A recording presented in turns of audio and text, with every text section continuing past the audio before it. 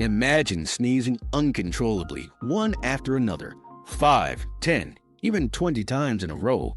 Each sneeze blasts air out of your lungs at over 160 kilometers per hour. That's a lot of force. It can leave you feeling dizzy or lightheaded. Now, picture this happening while you're driving.